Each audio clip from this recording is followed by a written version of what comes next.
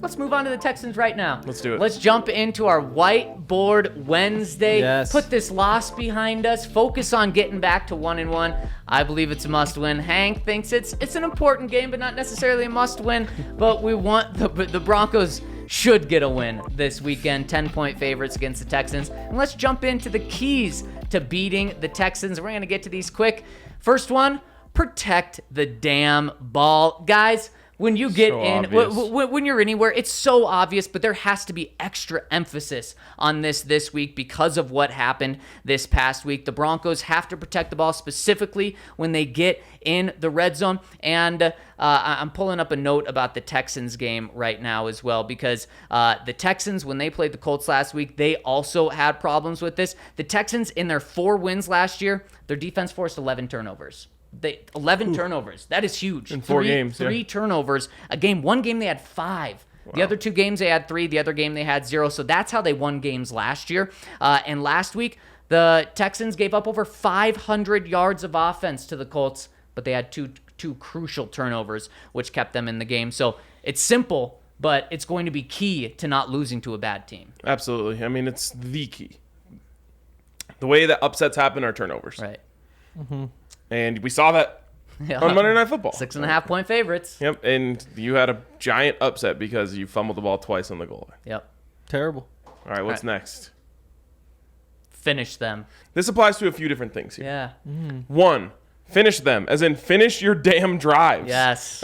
You hear about moving the ball between the 20s. The Broncos move the ball incredibly between the ones, which is a crazy thing to say. But 99 yards on that field were easy for them to get. I've now watched the game twice, and I've watched cut-ups another time.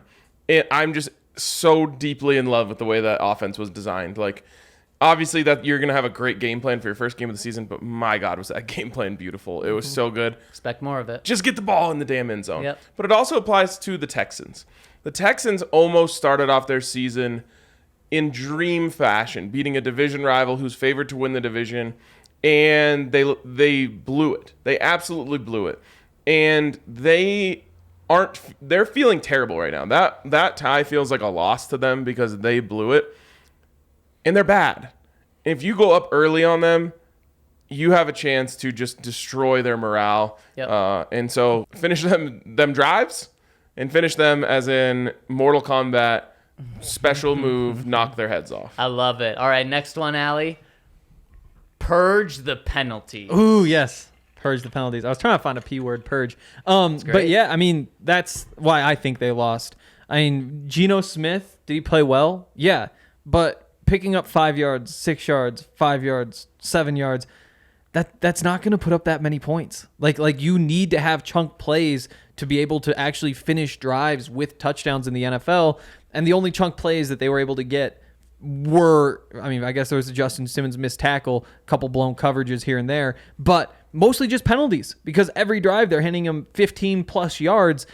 That needs to stop. Like, you cannot be leading the NFL in penalties and expecting to win against anybody at all. Yeah. Penalties is one of the worst crowns you can wear. Like, Yes. if you're a penalties team, it's going to drive your fan base, everyone crazy every single week. Don't be a penalties team. Don't. But this next one, do take the points. Mm-hmm. And this seems obvious, but when you play the Chiefs, the saying is field goals don't beat the Chiefs. Field goals beat bad teams. And look, the Broncos, if they would have taken a field goal instead of gone for it on 4th down, they would have won the game. Hindsight's, of course, easy to say. Don't worry about putting up 30 points in this game. Nathaniel Hackett, just take the field goals when they're there. I know it's not a fun approach to take into a game, but it's a lot more fun to beat a team, even if it's by field goals, than lose to a team because you don't convert twice on 4th down or something like that. Yep. All right, next. Aim better. Aim better. So the Broncos had some weapons in that last game, and they just kept aiming them at their own foot. So don't aim your weapons at your own foot because then you blow your foot off and lose the game. And that is going to take you a long way. It kind of goes along with the penalties. It kind of goes along with the turnovers, but the Broncos beat the Broncos. The Seahawks did not beat the Broncos. It's not even close. Yeah. So you need to take this as an opportunity to realize that only you can beat you, especially in this game. And our final whiteboard coming in, Mame Mills. Yeah, another M word. Tough to get. I wasn't gonna go murder. But I do think What that's does maim mean? Yeah, Did you look up the definition of that before you put it on? it's this like graphic? I think usually it means like a piercing. I think usually it's like a spear maims Like you, a a sword would maim you. Okay, Ah. But alright. it's something that I think blood is usually involved. Yeah, I mean you gotta get to Davis Mills. That is kind of the key when it comes to beating the Texans. Just because you look at what strengths they have as a team, their one strength is that they have a very good offensive line. One of the best offensive lines, I think, in the NFL. And on top of that, Davis Mills, a pocket passer, he deserves more credit. You know, this is my one chance to go on the tangent. I mean, that's a 5-star recruit. He was the number 1 quarterback in his recruiting class. He lived up to the hype. He looked like the best rookie quarterback in the NFL last year. He had 300+ yards in half of his last 6 games. Right now, I think he's on an 11-2 touchdown to interception run. That's a good quarterback. No, that's an average quarterback right now behind a very good offensive line. And if the Broncos just didn't get any pressure last week, you've got to be able to get to him. You've got to be able to bring him down. Even if he goes for 350, you're probably fine, but it'd be nice if you could get the pressure going this week.